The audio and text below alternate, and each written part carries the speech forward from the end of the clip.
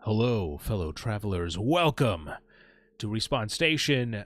My name is Sri Kandula, and today I'm joined by Nick Sivak. Once again, would you believe it, Nick? We have made it another week. We are just chugging along here consistently. And we thank you, everybody, for tuning in, whether you're watching and listening to the podcast or you're just sticking around for the highlights or a mix of both. We appreciate it. Sure, we're kind of at a milestone this episode. We are a quarter of the way to 100. Snap. Yes, 25. That's totally the reason why I was bringing this up. That's it. Yeah, so, well, first of all, we've been flashing the URL for a few weeks now, but I am happy to announce that you can now go to watch.respawnstation.com to check out our YouTube channel. Makes it easy. You don't have to remember anything else. Watch.respawnstation.com. Just like that. Go get that tattooed, just like Nick is going to get tattooed. Check audio source on his thigh, as we had just discussed. I'm going to do it one more time just to make sure that we're safe here. That's how you got it. You got to check. You always got to check. This week it's going to be an interesting conversation. It's going to be obviously we have the main topic. It's kind of a weird heavy topic, but we'll get to it.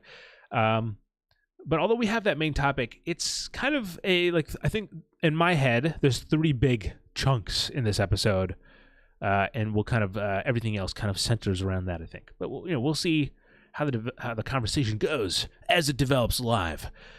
Nick, how are you doing, man? How's your you're just doing? How are you doing? You know what I mean? I'm doing all right. Okay.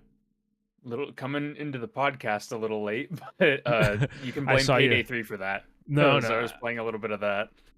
I saw you. I saw you tweaking on the not tweaking. I meant tweaking the document that we look at for every episode. All right, now, no prep. Well, you can't just ask me. How are you doing? I'm so glad you asked. No, I'm doing good. You know what? It's I feel like every episode I'm hyped to get back into it. That's what's interesting to me, if we're being honest. I think it's like, I don't know, something about like the week. For some reason this works out where every time it gets to a new episode, I'm like, oh man, I'm excited to do another episode. And I think it's a nice balance. So I'm doing good. A lot of exciting things that Nick has an idea for what those are, but I can't say it. Well, I'm not gonna say for a little while. So there's a lot of exciting. We're making money moves. But with that said, Nick, you and I both finished a very big game this week. The Evil Within. I initially shared my first impressions, which got a lot of traction. A lot of people, came out and supported The Evil Within. And I think me playing it, me talking about it, and maybe some of the comments, who knows, motivated Nick to jump into it himself. And now we've both crossed the finish line at the same time, even though he's playing on survival and started like 2 weeks after me. We're not going to talk about that. It's not really about difficulty, even though my first impressions were entirely about the fact that the game is better on survival difficulty. We're going to ignore that. Nick, first of all, what did you think of The Evil Within having now rolled credits? On the base game, there is a story DLC, I believe, that neither of us, I have not touched. I don't know if you've... Yeah, no, I haven't played it. Overall, I really enjoyed it. It is definitely a game that has rough edges. It's not particularly polished in many spots, but I think a lot of... to put it simply, I'm picking up a lot of what the game is putting down, basically. So, as far as like, an actiony, horror-y kind of game, I think I was kind of in the mood to play one. Obviously, like you mentioned, our previous discussions, and also just, Tango popping up in the news again. I was like, oh, I played chapter 1 and 2. Maybe I should go back and finish the game. So, pretty much just been chipping away at it the last couple weeks. And... yeah, I had a lot of fun. There's one chapter in particular that we might get into that I really did not like towards the end of the game. But yeah, overall, I mean, I think it's a well-designed game. but the rough edges do hamper the fun in a couple of spots, is how I would like succinctly describe Okay. my Okay. experience. I see. You're giving your seemingly spoiler-free impressions here, so I'll also I'll approach it lightly as well before we kind of dive into it, because this is a conversation I've been interested to have since I rolled the credits on the game like 5 days ago at this point. And I keep saying roll the credits. Guys, take a sip of water every time I say that. Anyway, initially, my kind of this game makes a really strong first impression in terms of it feels very bold. It almost feels, I don't know if I would say in your face, but it's such like a strong kind of identity that it kind of makes for itself, if that makes sense. That immediately I was pretty curious just to see where it goes. And I said this before, but every like 2 or 3 chapters, it kind of something weird happens that like totally changes where you are in the game. At least I thought so. And so like it's really unpredictable in terms of like where it would kind of go in the narrative, going forward. And so yeah, it's this weird combination. I also kind of looking at it specifically as a Resident Evil spiritual successor. There's a lot that it kind of does that I think maybe even that the Resident Evil series kind of got into later on in the life cycle, because this game came out in 2011, right? I think. So I think later than that, because it's a cross-gen game. 2013. Yeah, I think 2014 actually. Yeah. Oh shit. Yeah, it came out on PC 360, PS3, Xbox One, and PS4. Oh wow. Yeah. Okay. So 2014. So 10 years now, actually. So it's been a decade. And by the way, I mean, we can get into it more later. But are you planning on jumping into the sequel? I want to. As we've talked about off camera a couple of times, the plate for the foreseeable future is a little full for stuff that I want to play. Yes, but yeah. I would like to get to the sequel. I'm really curious sometime in October, because in the by the way, thanks to everybody who supported the first episode, or the first part where we talked about The Evil Within, the clip. Again, you can check it out, watch.respawnstation.com. And there's a lot of comments on that video that were saying how much they loved The Evil Within, and I keep seeing people say either that the second game is not as good, or it's just like, oh, it's really different, and so it's you can be a fan, but it's totally different. So it's very polarizing because basically, I was talking with my one friend Shane, who's played both of them and is a big fan of Shinji Mikami and everything. Yeah, and it's seemingly like within the fan base of The Evil Within, like there's the people that champion the first game and then the people that champion the second game, and rarely is there people that like both. Basically, sure, right? Because they do have different directors. The first game being directed by Shinji Mikami, and the second game being directed by John Johannes, who did Hi-Fi Rush. So there is going to be some stylistic differences, I know. Sure, right. But yeah, I think, from my understanding, my casual understanding, it's, the first game has its core audience and its type of experience, and the second game kind of changes a lot going forward. Huh. Yeah, I mean, it is interesting now, having played Hi-Fi Rush, kind of getting those little Easter eggs in it, and I'm like, oh, I get the jokes about how, like, what kind of a personality Castellanos has. Now, okay, with that said, you've heard our spoiler-free, generally dancing around this topic. Nick, explain to me what the fuck happened in that game. Explain to me this ending, Nick. Tell me what you got. Basically, the very similarly to Resident Evil. I mean, I might personally bring this up several times, but sure. Like, Resident Evil 4 is a good cornerstone to kind of compare the games. Yeah, they have like their similarities in structure and overall vibes at certain points. Sure. Yeah. But for the basically like Resident Evil for me, the first part of the game, I have no idea what's going on. It's usually just like, they plop you into this place. There's, mystery abound basically, and you're trying to piece things together as you go. Yeah. Maybe a little bit more significantly so with the Evil Within because Sebastian is a detective. So I think they're maybe trying to obfuscate some things to try to put you in that kind of mind space where you're trying to piece together, all these disparate elements. Sure. Yeah. At a certain point in the game, it is, revealed that we are in the mind of the main antagonist, essentially. Inception. And It's pretty tons of much, yeah. Inception. Like your matrix hooked up to Yep. this brain, and that kind of explains why some of the kind of like what you were describing, where you kind of like just almost by random appear in different spots, or like these very kind of hard to describe things are happening, Yeah. like the city's exploding, and then there's creatures coming out of blood and all this other stuff. Yeah.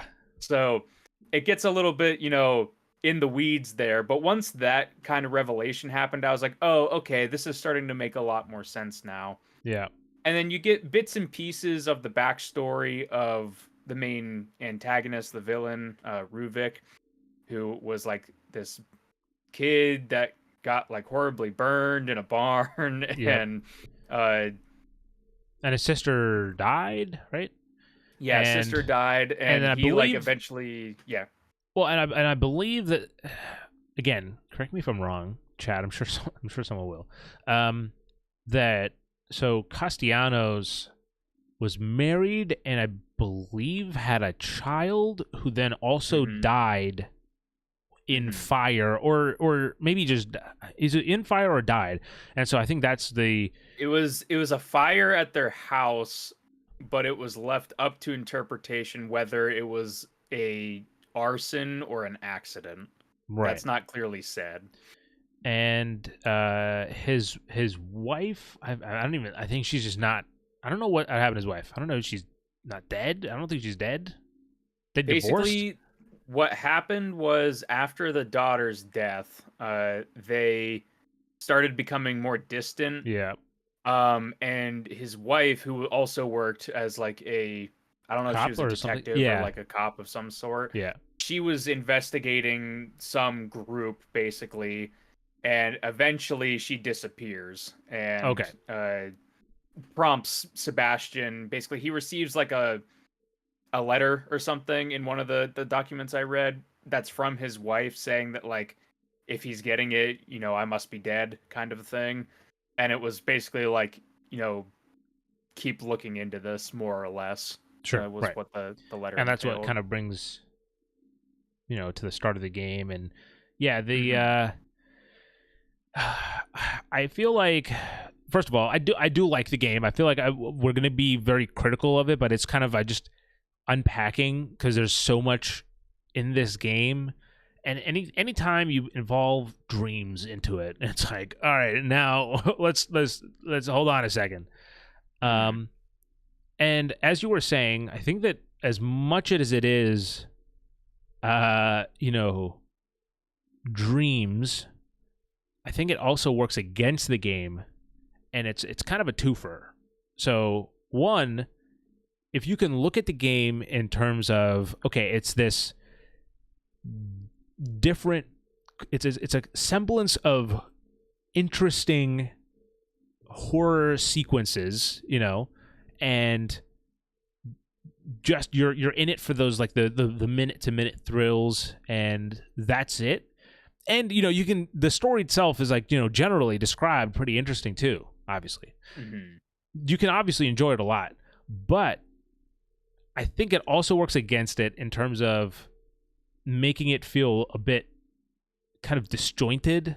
Obviously, I think it's part of the intention as well, but it just, Mhm. I don't know. That is kind of what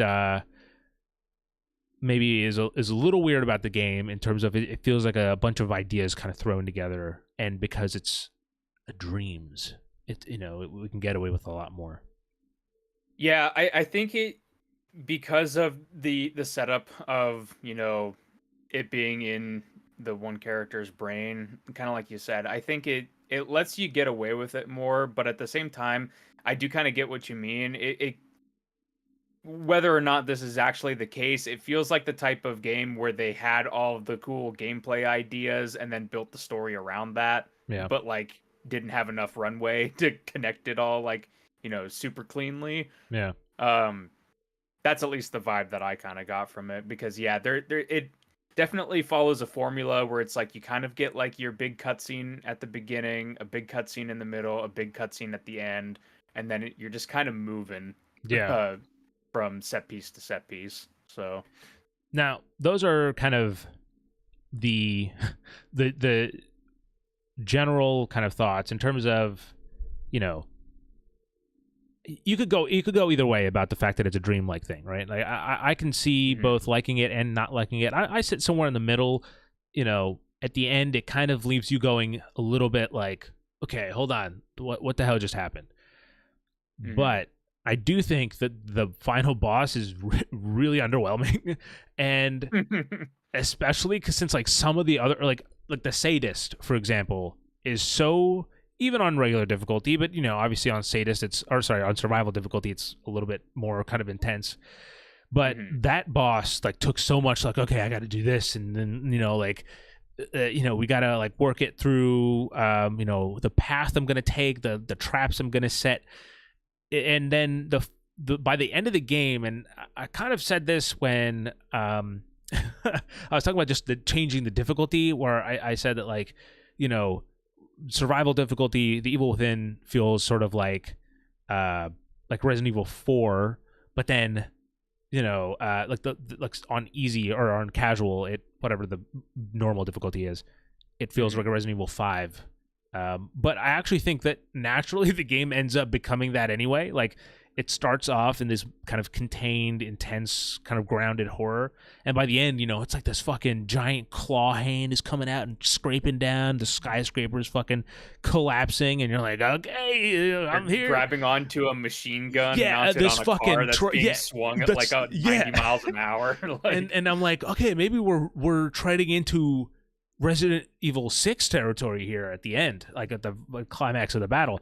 And then so when it does that, and then it has this like kind of crazy gradient of a horror experience in one game. Granted, it's about like 15 hours, I think, total. But it does that, and then it ends with like this kind of like, okay, let me think about the ending. It leaves you a little bit like, okay, you can't do both. You can't fuck me over in terms of like, not knowing what the fuck is going on, and then also expect me to ponder about it. But that being said, I do that's my only negative I'll say about the game.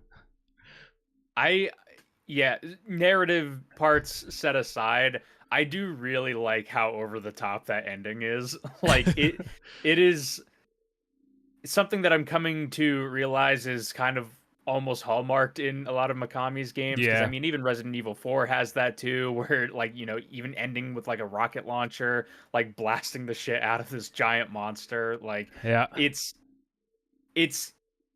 think because it's set in the dream world or whatever, it allows them to go like that crazy. But then like, yeah, it kind of calls into question, like, what is death like for Sebastian? Because he just gets impaled on this metal spike while firing rockets and everything. Yeah. So I will say, when that happened, I let out an actual gasp. I was like, oh shit. Like, I was like, oh, he's dead. But and then no, I hopefully he had some green juice to pour on it, like like Ethan Winters. Yeah, I think gameplay wise, some of those rough edges that I was talking about, I feel like the aiming isn't like super clean or as clean as I would want. Like, I get that it's survival horror, and sometimes that is like, intentional to try to put you in, the character's shoes and everything. But it just kind of feels like maybe like it's just not as precise, because like it skips around a little bit. I feel when you're aiming. Missed like crazy in the game. I mean, there was so many points where I was like, I'm choking just incredibly bad. Like, you know what I mean? Like in these intense situations.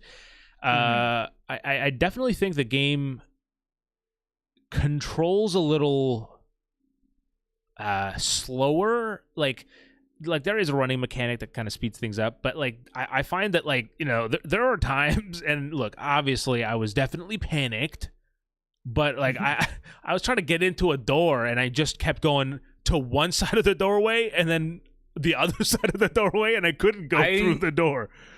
I was doing that a lot with trying to pick up items. Like, there would be like a sweet spot that you would have to like angle your camera or whatever to be able to pick up items, and it would constantly just like move too much for me to focus and be like, okay, just grab the jar, it's right there. Like, please. Yeah. That was kind of like my main issues. I do want to talk about chapter 13, which was my casualties low point of this game. Yes.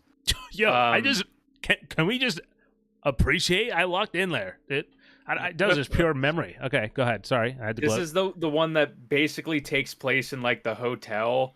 Yeah, and it's all narrow corridors. There's one-hit kill traps everywhere. There's freaking, you know, Altair cosplayer down the hall screaming whenever you come in to spawn another one-hit kill creature. Yep.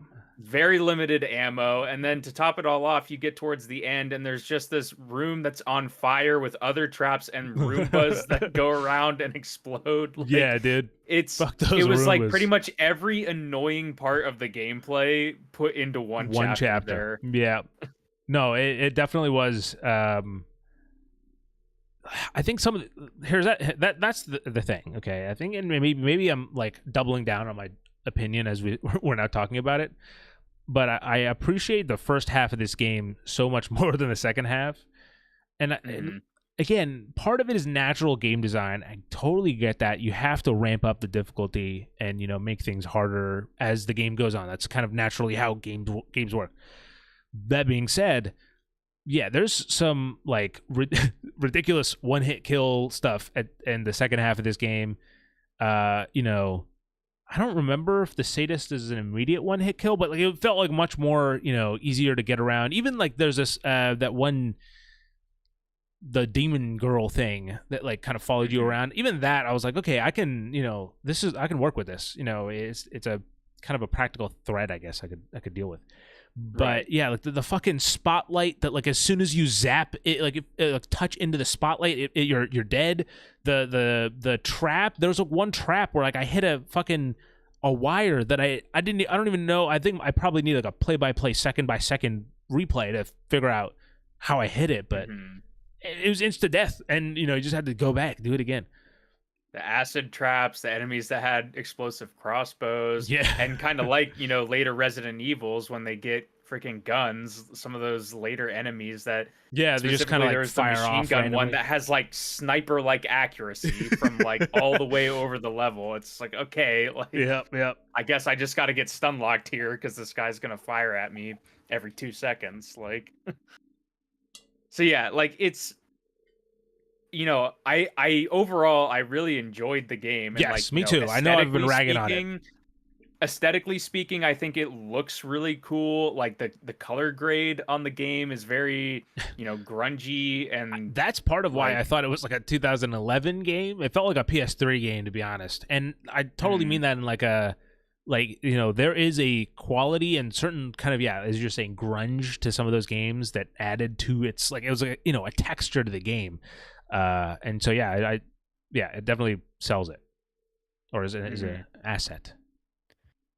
Yeah, like the sound design is awesome. So there's definitely a lot that I really liked about the game. But yeah, it was just like a couple spots like that. There's a couple like I think bad checkpoints too that always gets under my nerves when you know, you're trying to do like 20 different things and then you make one mistake and then it's like, oh, back to 20 minutes ago. It's just like great. I will say, shit. Now I'm going to bring up more negatives, and people are going to be like, oh, you hated the game. I'm not. I don't hate the game. There's also, I think at a point, there's like the I don't know, maybe there's the fact that the save states, I couldn't find, not the save states, but like I couldn't get into the places where like the, you know, the nurse Jackie woman is by the counter, and you know, I forget what the hell that's called, but you have to go through a cracked mirror to get there. And there was times at the end I was like, I couldn't get there. I was like, why is this so out of the way to get to the upgrades thing? So that was a kind of a hitch towards the end of the game. Man, maybe it's the length of the game. Maybe it needs to be like. I think it is a tad too long. It wasn't that big of like, a negative for me. Yeah. But I think thinking about how that last third of the game, especially when you get to like the destroyed city levels, Yeah. how it doesn't really feel like it's adding anything different in that area outside of just adding more like annoying enemies to the mix and stuff. Like, I think maybe like one of those chapters or just like a little bit more of that could have been truncated a bit. Yeah. Like, again, like I kind of similar to the ending. I like how over the top the bus level is, where you're being chased by the giant spider. But like some parts of that, I feel like maybe could have been shortened a little bit. Yeah. Either way, I want to emphasize, I like the game. Nick also liked the game. Just because we're being critical of some of the aspects doesn't mean it's a bad game. It definitely has a strong voice that I appreciate. The premise is basically what kind of draws me in, because it's like, you have the gameplay sensibilities of like a Resident Evil, but with more of the like surrealist imagery that like Silent Hill is more so known for and stuff. So I kind of liked how it combined those two different elements while also still having like a distinct feel and look of its own. Like, it isn't just directly a Resident Evil game or anything like that. It definitely is its own thing. It just takes a lot of inspiration from those other games. Yeah, and rightly so, in some effective ways. Overall, though, if you are a horror fan, this one's an easy recommendation. I mean, I would say I'm a horror fan, and it took me a while to get to this one, but the whole experience was just kind of like this, experiencing first of all, finding out right before I started playing that it was this spiritual successor to Resident Evil, and then being such a big fan of Resident Evil and kind of experiencing it that way was really, really, really interesting. And well, here we are. I don't know, as we were saying at the start, I don't know when we'll get to The Evil Within 2. But eventually, when we do, I'm looking forward to seeing how it is, good or bad, and how that conversation will kind of change. Yeah, for sure. Now, Nick, I will say, most of my playtime that's not been The Evil Within has been a game we're not going to talk about today. Okay, so. That's gonna come later. You guys gonna have to wait almost a month for that. But that's Dragon Age Origins. This is again your reminder, if you want to treat this as a book club for video games, a video game club, if you will. To play the game Dragon Age Origins, you can play it on the original, PS. Was that on PS3? 360. I know it's on. I believe so. Yeah, it's on PS3 as well. PS3. You can play it on there, or you can get it through Game Pass and play it on the Xbox Series S or X, which is what I've been doing. I have started it. Oh, interesting. Austin has also started it last night. And so, yeah, it's going to be interesting to see what we all think. We've been generally, I think, like not sharing our opinions with each other, so that when we come to the episode, it's all fresh. So that means that we can't really even share any impressions about it. But I will say, Nick, I will ask you this. What race are you in the game, not in real life? So I did look at your stream just to see what you did, because I did want to try to do something different to bring to the conversation. So I went with a dwarf. Which is not usually a character type that I play in fantasy games, but that's interesting. It's been interesting. You know what's very, very funny about this, Nick? Did Austin do the same thing? Also saw mine and decided to do something different, and he did a dwarf as well.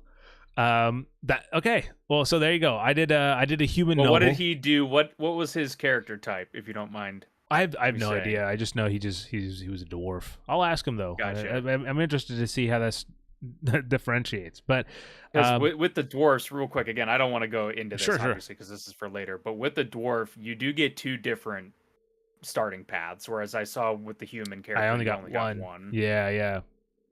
I think if I like went with a different background or something, or no, I think one of the factors I could have changed to get another different human thing. But yeah, Mm-hmm.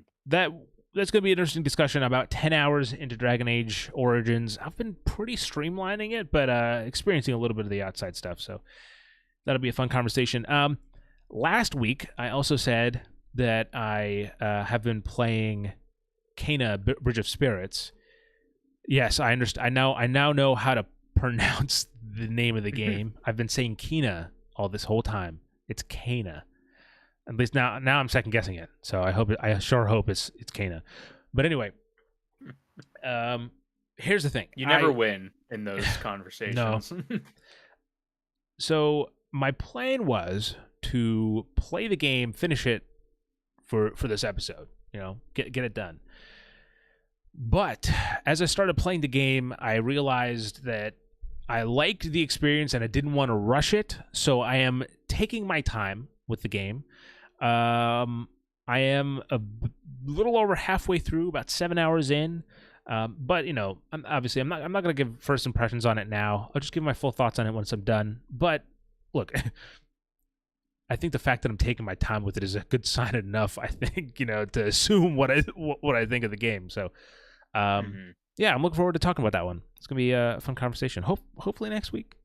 We'll see how that I do want to... How long are you in that? I'm currently 7 hours in. Would you describe it as Zelda-ish in nature? It's Zelda. Yeah. I would say so. Initially, when I was talking about it with Austin, he was like, "Oh yeah, it's kind of like a Souls-like," and I think it's it's like a Zelda Souls-like. So it's a middle ground. So okay. You have the boss, like there's bosses, there's fucking enemies that are sometimes stronger than the bosses, as a Souls-like, but then there's no like respawning enemies every time you travel or like that doesn't exist. So that's why It's more like a Zelda like. I'd seen some gameplay a while ago, and it kind of gave me that sort of Zelda-y vibe with like the exploration and kind of puzzles and stuff. So I just was curious how, like, if it was in fact that, or if it was, because I had also heard the Souls comparison before also. Yeah, I was surprising to me. I thought it was like, honestly, I thought it was going to be like a 3D platformer. So yeah, I mean, it gives you that impression from the look of it. It does. It does. If you're not familiar with it. And I've not gotten. I'm playing on normal difficulty. There is that's another thing too. Like Souls-like games don't usually have difficulty selectors. Like this game does. You can pick what difficulty it is. I'm playing on the normal difficulty, the one that's recommended, and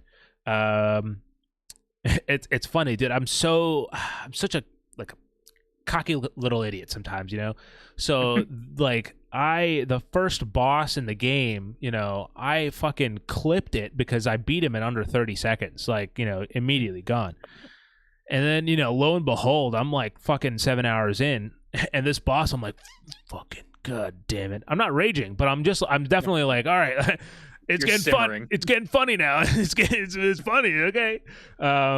So yeah, I'm not stuck so far. I'm happy to say I've gotten past every boss. Just some take a few attempts.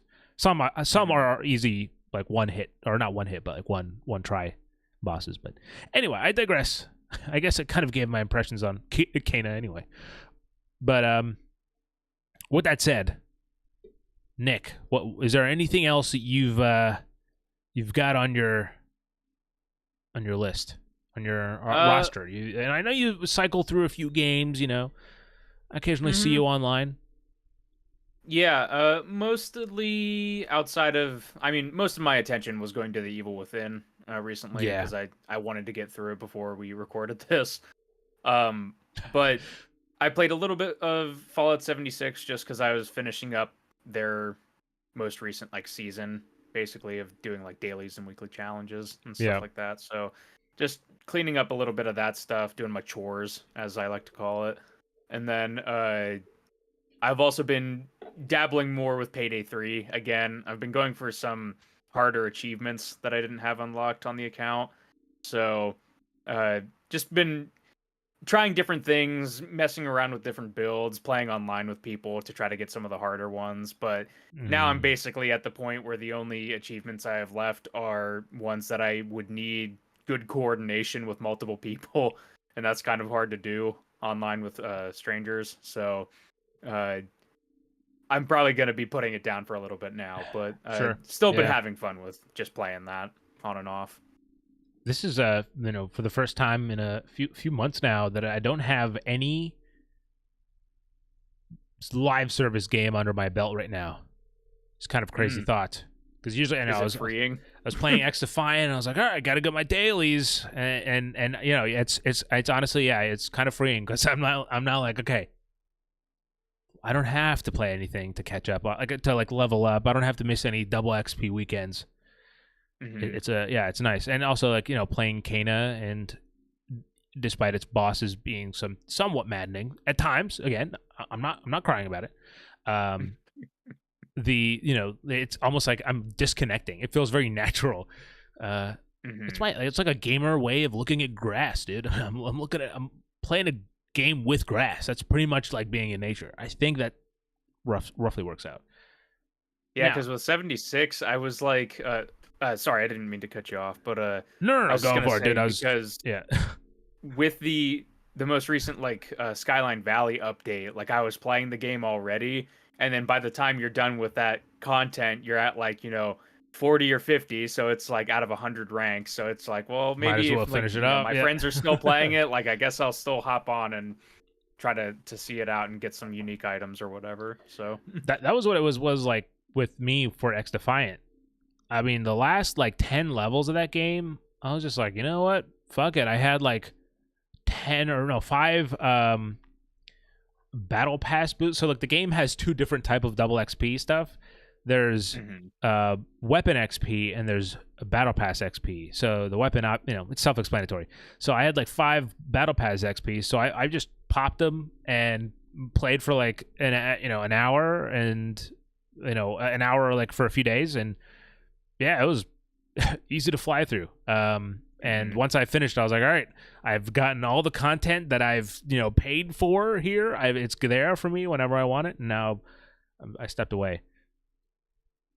I'm sure there's going to be another live service game around the corner for me. It's not going to be long before I get back into it, but I know it doesn't work like this, but could you imagine if games like that had those double XP tokens, if when you used them all, instead of just extending the time, it did just stack?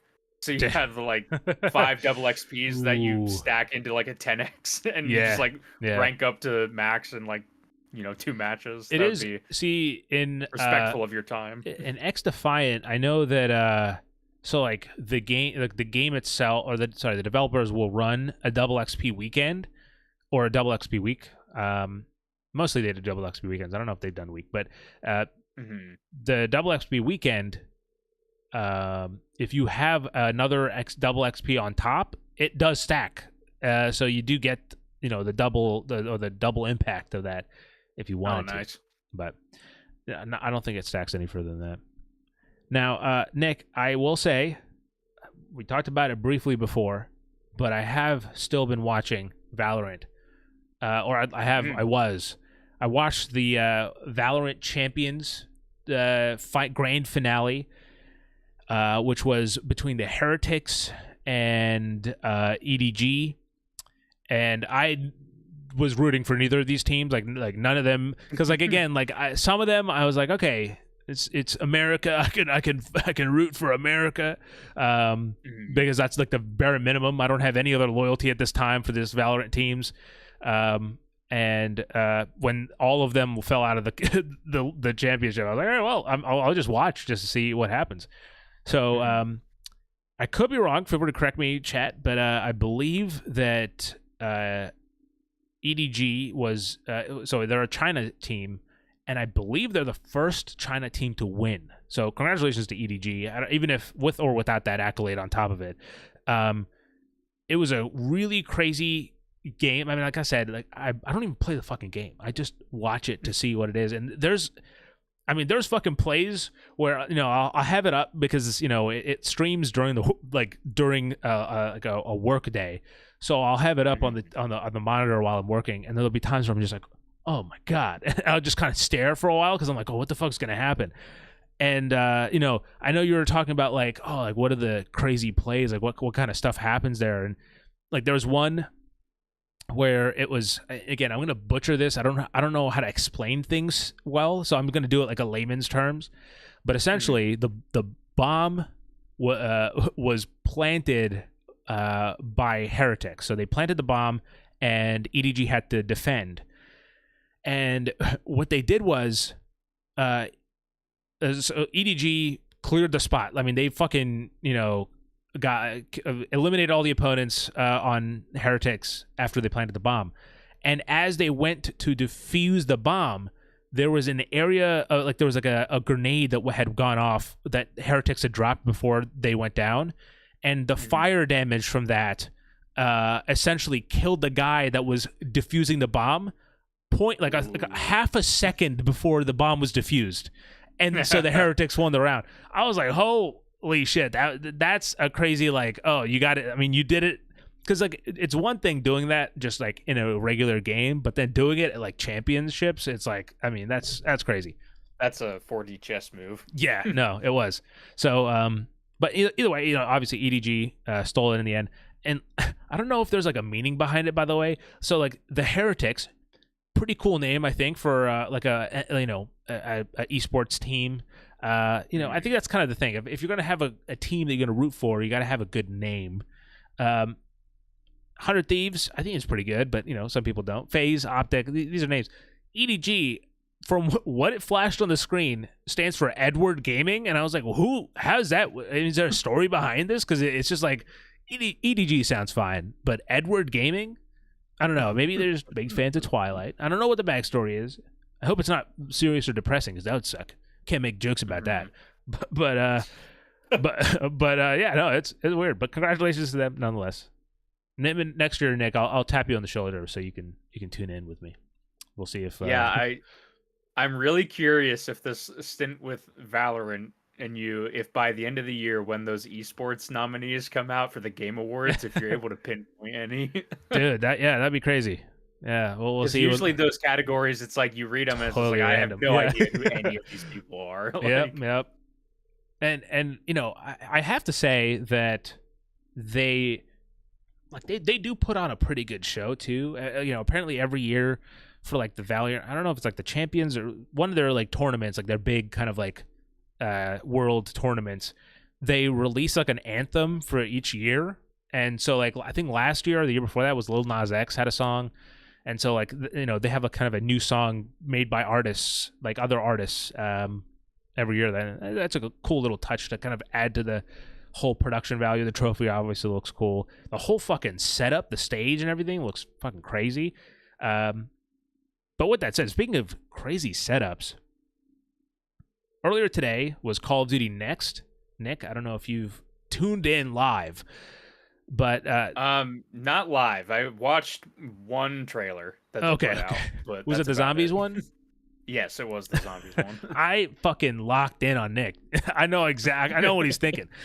So I had no idea what this was. I kind of just tuned in to, out of curiosity. I was bored. Holy shit, Nick. I mean, this is like stuff where I'm like, only Call of Duty can do stuff this fucking big for no reason. Just to be like, yeah, let's fucking get you guys. So for those of you who don't know who didn't watch, they have a building in D.C., Washington, D.C., the capital. And in the building, they essentially have a gigantic Call of Duty stage in the center. And then surrounding it in circles are just rows and rows of desks that are fully kitted out with like computers, monitors, face cam, mics. And they have a bunch of streamers, not even like just professionals, but like obviously they do have professional Call of Duty players, but they also have just regular streamers, people who just play other games, and they all flew them out so they can, or I don't know if they flew them out. I shouldn't say that, but they all streamed live for the first time Black Ops 6. And it was like this, almost like a brilliant move of bombardment, where I don't think I could have avoided Black Ops 6 today if I tried, because like obviously, again, I when I watch Face Scope, I'm gonna expect him to have a Black Ops 6 video, but what kind of funny was live today playing kind of Black Ops 6 because they had Snowbike Mike out there, so stuff like that. It was a crazy production event, but. With that said, I am curious to jump into the game myself during the beta this weekend, just because I want to test this Omni movement for myself, because just looking at it, it looks it does not look fun for me. But again, I want to try it before I, give it a verdict. Seeing it, like, your mind. It just immediately goes to all the try-hard sweats that like do that stuff anyway. So it's like that's where the mind goes. But I did watch also the multiplayer reveal trailer that they put out. Did you see that one by any chance? I did. I actually have not a top comment, but like definitely one of my comments is up there in those comment section, because I there's a point where I was like, wow, that gives a whole new meaning to dolphin diving, because this fucking dude dives out of the water shooting and then goes back in while another guy's like, it's like a fucking orchestra. Yeah, anyway, synchronized swimming. I was actually gonna bring up that shot. That's my favorite shot in the trailer. Like, it looks so cool. Like, like they're just diving at each other and stuff. It looks straight up like Max Payne, because they have the double pistols and everything. But like, yeah, like, the difference is it's not going to be slow motion. So I was gonna say it's gonna be like there's a 1% chance that'll play out in your game. Like, what's gonna happen is you'll try to dive, you'll hit a wall, fall down, and then whoops, hit my bike, and then somebody will just like nuke you from the other side of the map. But but no, it plays super smooth, plays super fast. That's obviously expected. It's a Call of Duty game. Production value is high. The thing that I don't have a gripe with, but it's just like a thing with Call of Duty, and I guess there's 2 points I want to make about this. So first of all, I think that it's weird when you get rid of things, like the round-based zombies or the Prestige, for excited, getting rid of those things and then being like, guess what's back? We're fucking get excited about it. Even though we took it away, that feels a little weird. And I think part of it for me as well is, as someone who's been, by the way, a huge part of the Call of Duty hype cycle. I know I'm used to be like an annual buyer of every single Call of Duty games that comes out. So I totally get, the yearly release thing. But it's a little bit hard at this point to be excited for a game like this when like already there's rumors like the 2025 Call of Duty is gonna be Modern Warfare, whatever, like all these rumors are already coming out about the next one. You're like, okay, I can't, let me enjoy even the meal that's made, like I maybe eating later this year before I'm even like thinking about the next one. It feels a little bit I don't know, taints that experience. Yeah, I think it's kind of funny because, Call of Duty, obviously, like you just said, it goes in these cycles and everything. I think what makes it a little bit weird this time with all the stuff that they're, bringing back is that, like, it's just all, like, in the media training for all the people that are talking on camera. So anytime zombies is brought up, it's round-based zombies. Anytime Prestige is brought up, it's, classic Prestige, or however they're, phrasing it. Yeah. So it's like, it's fine for that first, like, reveal at, the Xbox showcase to, like, say those things. But when we're like 20 trailers in and it's round-based zombies this, this fall, it's just like, okay, like, we get it. Yes. It's like the old one. Like, yeah. I don't know. So that's a little bit weird. And also this kind of ties into the fact that again, I'm not playing Valorant, but I have been watching Valorant, and it kind of makes me wonder, what a Call of Duty game would be if they just committed to one game. I mean, look, by the way, I do want to commend Black Ops 6 because there's, I believe there's 16 new maps, like totally original maps in the game at launch, which is awesome. Mm-hmm. We're not just going to get copies of games from other maps, which I'm sure will happen later down in the the life cycle of this game. But that is awesome. But that being said, I still think it would be so cool if there's one Call of Duty game, and Call of Duty is pouring so much, or Activision, I shouldn't say just Call of Duty, is pouring so much money into these kind of events that similar to what I think is Riot, right? Riot does Valorant. What they're kind of doing with their how they're promoting Valorant and kind of embellishing their audience. I think I don't know. I feel like there's a market there for a permanent title that's it's got multiplayer, because I know Warzone's free and they kind of do something like that, but I don't know. Maybe I'm crazy. Maybe I'm crazy about that part, but the rest of it I do stick with. I will say that it's a little weird getting excited. They've definitely tried to unify a lot of them. I mean, the UI for like the main menus for the last like 3 games is basically all the same. They just change out the game. So that is fair. I feel like they would like to get to that point, but sort of like what Microsoft was realizing after buying them, it's like there's just too much money on the yearly release. Yes, no, that they can't really do that. Yeah, and like some people think even in our comments have been saying, "Oh yeah, Call of Duty is dead," but like it's not dead. Who are we kidding? We can say whatever. It's the furthest thing from death that a game in this industry can be. Absolutely, we can. I'm not going to. I'm not saying this at all, but if I could say I'm gonna boycott Call of Duty, it would not even impact the bottom line. I mean, it's crazy. So yeah, it might be the second best-selling game of the year. Oh no, yeah, but definitely the best-selling game of the month, and then the month after that, and the month after that, because that's usually December, and Call of Duty kills on Christmas. So yeah, it's not going anywhere. The yearly release is going to keep happening. You did say, you make a good point. They are kind of uniting the UI a little bit. It's just that UI is so fucking clustered. I have been playing Modern Warfare 3 because people seem to think that me giving my first impressions earlier wasn't valid, that I gave my opinions about it was disappointing. So I want you guys to know, as a follow-up, I have played more of Modern Warfare 3, and I feel the same way. So hopefully now you can swallow that pill a little bit easier, because also the points I made had nothing to do with the time spent playing the game, because I was like, yeah, the game has maps from a different game that were designed for slower gameplay, and the game plays super fast and they don't mesh together, and that's surprise, that's still the case.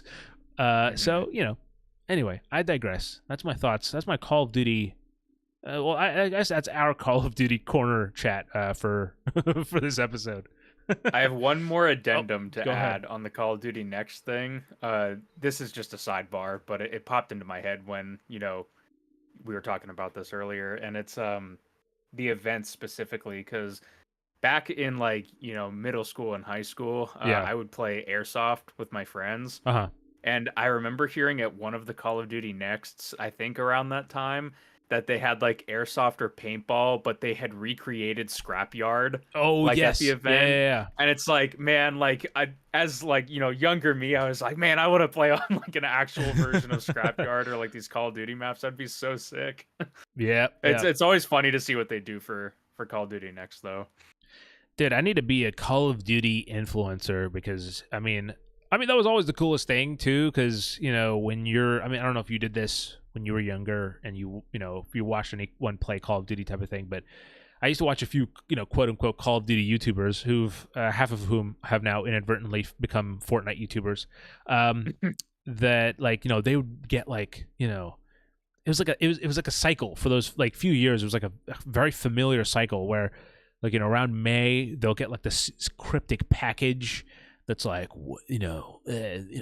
price is calling, or say, something like very obvious that's like, oh, I wonder what the next Call of Duty is going to be.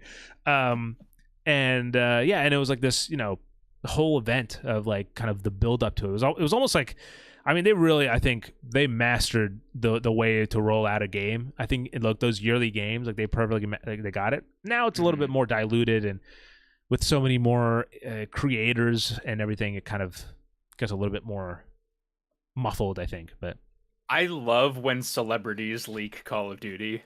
Yeah, dude, sports players do it all the time. I love that. Oh yeah, look what I got on my look what I'm playing, and it's like, oh, so the next Call of Duty game is Black Ops Cold War. Okay, interesting. Yeah, it's a staple of it's a staple of the franchise, really.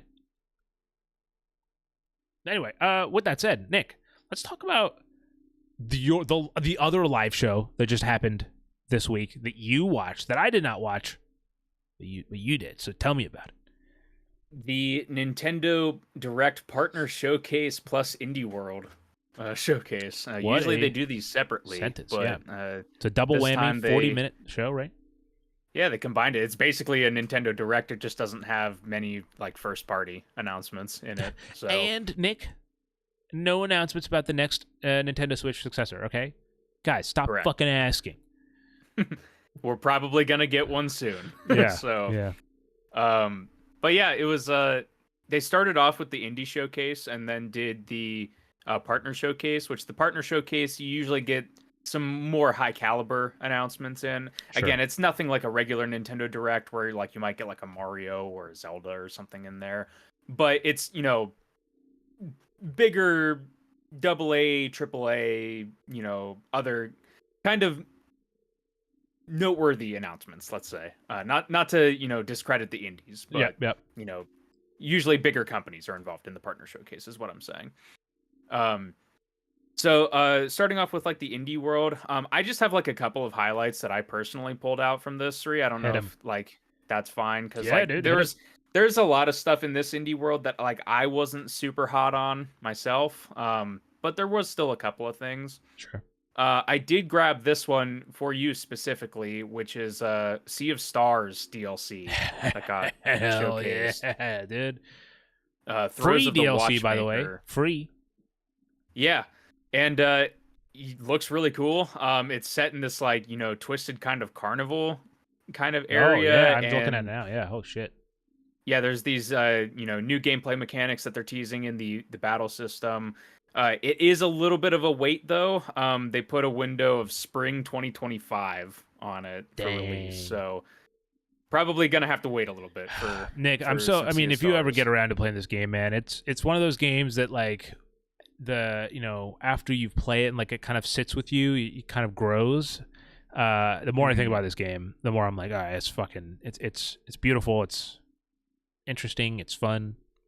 It's a whole package. Do you think you'll hop back into that? Because the one thing that's hard with DLCs, especially with me, is like if there's too much time between it, sometimes I don't. That's feel like getting back in. The likelihood of me jumping back in for the DLC is low, because I know it sounds weird, but as someone who's like very focused on the narrative, I love the story of games, even if it's not like this. Even if the game doesn't have a story, oh, this is gonna sound so stupid, but like even if I play Minecraft, right, I'm playing with like there's like a narrative structure in my head. I know that sounds crazy, so like I'll end it when I'm like, okay, this feels like a point where I can stop. Like this feels like the end of a season, an episode, whatever. So that being said, when I finish a game like this, and it's such a little perfect package that I'm like, I can look back fondly. I know the whole kind of adventure, and again, it's such a fucking cool ride that like I wish, and I didn't stream or anything, so it was all just like something I have that I just kind of remember my experience with it. But there's like moments where I wish I could experience someone experience that for the first time, because it's like a cool surprise halfway through the game when you're like, what the fuck. So yeah, there's a plug for anyone who's has any interest in Sea of Stars. It's a great game. It's on Game Pass, and I think it was a PS Plus game too, so you have no excuse not to play it, right? Anyway. Yeah, definitely. The other one that stood out to me in the indie world is a game called Morsels, and Oh. this one visually is very intriguing. The developers described it as a top-down kind of roguelike shooter slash action game, Uh-huh. but it has this like almost like Garbage Pail Kids or something kind of aesthetic to it. Yeah, Like, with the VHS like there's scan lines.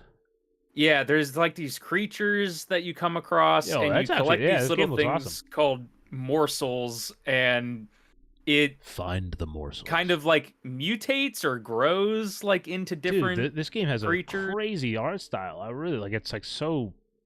It's like Yeah, that so strong, and everything kind of just feels right. Like everything connects well. yes, it has a very like unified art style, Yeah. and it definitely looks really interesting. You and I have casually gotten into roguelikes here and there. Yes. Yeah. And you know, maybe this one will be one that like will be one to keep on the radar. It certainly from an aesthetic point of view, it definitely stood out to me, and it's Dude, I can only imagine this game being an absolute trip if you're like high or something. Like just like the just yeah. getting, like where am I is spaced. But anyway, yeah, no, this looks It this is looks being sick. published by Annapurna, Hell yeah. Annapurna Interactive. So there is, some precedent there with some quality. So, definitely one to keep an eye on is Morsels. Okay. But yeah, let's move on to the Nintendo Direct Wow, you partner don't want to talk showcase. about date everything, Nick? Or I Power don't wanna Wash talk about Simulator, date. Shrek DLC? You don't want to talk about this stuff, Nick? What the hell? Oh my They god. didn't, appeal to me directly, but the Shrek DLC is funny, I suppose. The one funny thing about it, I will say, is that everything's covered in like rainbow stuff because it's in a swamp, so everything would just be covered in dirt anyway. Yeah, yeah. So I did find that pretty funny, but yeah, there's other like indies and stuff. Europa There's looks a new cool. Coffee Talk game that's coming out. Yep, And yep. other stuff like that. So But with that definitely said, a lot of now cool stuff. now we can get into the rest of the show. Yeah, and the partner showcase, I think, as far as past partner showcases go, like I think this one's probably like a pretty middle tier one. Sure. There wasn't anything that I was like, super blown away by, but there is still some interesting things to talk about. Yeah. The first of which was, the first thing that they showed, Tetris Forever, which is a really interesting collection of old Tetris games. This is being put together by Digital Eclipse, which they were behind the Atari 50th collection, Teenage Mutant Ninja Turtles, Oh, nice. Cowabunga collection, as well as the Llama Soft, the Jeff Minter story, which Tetris Forever is part of their Gold Master series, which is what Llama Soft and the Atari 50 collection are a part of. So basically, it's these collections of games, and then there's like documentary footage that they go out and create that's included with this. So this has behind the scenes stuff and interviews with, talking about the history of Tetris, as well as a new game in here called Tetris Times something. I forget exactly the title, but basically it's a Tetris game that it'll like shift different styles and versions of Tetris from throughout the years, like mid-game. So that one just seemed really cool. I'm a really big fan of what Digital Eclipse does, and I like that they preserve these collections of stuff, even stuff that some of these games, I mean, like, NES Tetris, for instance, they also announced that that's coming to the NES Online service later this year. It's like that you would understand people bringing back, or like the Game Boy version that's already on there. But things like Hatris, like, that's probably not coming back in any way, except for when Digital Eclipse comes in and does a collection like this. So, yep. Obviously, I'm going to highlight that whenever possible, because I just love the work that they do over there. Yeah. Now here, yeah, I'll hijack for a second, because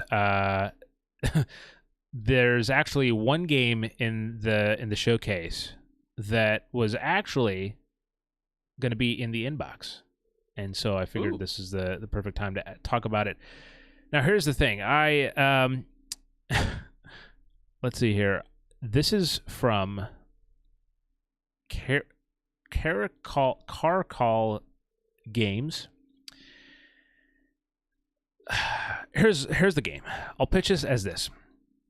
The game is Star Overdrive, and it's described as essentially a Zelda Breath of the Wild homage with a sci-fi twist on an indie scale. Is the way that it's described. That's how they describe it themselves. Now, here's the thing. I thought this looked cool, and that's why I wanted to plug it. Here's the thing. The Caracol games, that sounded familiar to me. It's because they are the developers of Downward Enhanced. And you guys know what I think about that game. So, that being said, I'm still excited for this game. I want to make that clear. Still shouting out this game, despite Downward. Okay? We don't hold grudges here. This was one of my highlights from the show. I think it does look really cool. Yeah. Specifically all these hoverboard sequences. Obviously that's gonna, start lighting my sensors up, because I immediately go to Tony Hawk, arcade, as soon as I saw it, I was like, oh yeah, this is a Nick game. And so yeah. So I mean, look, a Breath of the Wild or a Zelda homage that they use in the language there. I definitely got a vibe from the trailer also. So that'll be interesting to see. I'm only going to be a little bit hesitant, but at the same time, this game's coming out Q1 2025, and Downward came out in 2017, so that's quite a bit of time for a developer to grow up. So I'm excited for Star Overdrive. Nick, what else you got for the Indie Partner Showcase? Let's hit up another collection. This was arguably one of the more surprising reveals, just because Capcom's been busy bees over there with a lot of other collections and re-releases. Yeah. But they announced the Capcom Fighting Collection 2, which has another round of fighting games from Capcom's past. This time, interestingly, though, we're starting to get into some of the 3D fighters, not just 2D pixel art stuff. So nice. Again, not saying anything's bad about that, but there's interesting stuff like Project Justice, Plasma Sword, which I had never even heard of. But probably the big headliners for a lot of people are Power Stone 1 and 2, which are Dreamcast games, kind of like 3D brawlers that, as far as I'm aware, I think have just been locked on the Dreamcast. I don't think those ever got any sort of other re-release, but a lot of people have played those. So definitely some interesting stuff. Same kind of things that I was just describing with Digital Eclipse. These Capcom collections are awesome. It's great that, again, random things like Plasma Sword and Capcom Fighting Evolution. I've heard that game's maybe not the greatest, but stuff like that can have a second life and come back and be preserved for future generations. And they always load these games and collections up with tons of concept art, marquee artwork from the arcade cabinets and stuff like that. So that stuff's all awesome. And just briefly, they followed that up with a official release date for the Marvel vs. Capcom collection. So digitally, that comes out in September, and there is a physical version, interestingly enough, that if you pre-order, there is a what do you call it? A comic book, basically, a new comic book that features the Capcom characters and Marvel stuff with original artwork and everything. So that one's coming a little bit later. That's not releasing in September, as far as I'm aware, but Marvel vs. Capcom, which is another very highly anticipated one, coming right around the corner. Yeah. Interesting to see Stalker on there. I don't know if Stalker is meant to be played on the Nintendo Switch, but it is the older. It's the Legends of the Zone trilogy, so it's an older one. But yeah, I don't know how that works. Yeah, shouldn't maybe have an issue running. I'm sure if that re-release collection performs well on other systems, I'm sure the Switch could probably handle it though. Whoa! What is this? I don't know about this. This is Patrick SpongeBob SquarePants, the Patrick Star game. Yeah, so this was a new announcement also. It's a physics-based, like, It's a goat I don't think simulator. it's a puzzle game, but kind of, yeah, actually. Um, Oh Basically, it's my like a bunch of god, dude, like that's mini genius. games and exploration stuff, all starring Patrick. The narrators were, throwing out puns everywhere Dude, with that's and genius. references. Honestly, oh my god, that's they're onto something here. Yeah, it'll be interesting because I don't know how many times over the years of SpongeBob video games have been released where SpongeBob is not like the Right? Yeah. primary focus, right? I He's mean, in they're the clearly game. moving They show away him in the from. trailer. I feel like there's, there's like some controversy with SpongeBob that we're gonna unearth about how he, I don't know, had a bender when he was doing the show or something. Because like, they're doing solo. Like Patrick's getting a game. Sandy just got a movie. I mean, where's SpongeBob? What's going on? Right. PR's covering up Yeah, something. I think it's interesting that they are, obviously SpongeBob's always going to pique my interest as well, Yes. but Yep. the watching the gameplay, I was like, it looks good. Like the art style, it definitely looks in line with like the more recent games, the Cosmic Shake and the Battle for Bikini Bottom Yes. Yeah. remaster. But at the same time, like where those are like more traditional platformers, and this specifically having a focus on like physics-based Yeah. stuff, I was like, I don't know if I would necessarily be super into that or not, but it definitely looks cool and charming, so I'm sure it'll be a fun game. All right, Nick. What else you got? Highlights.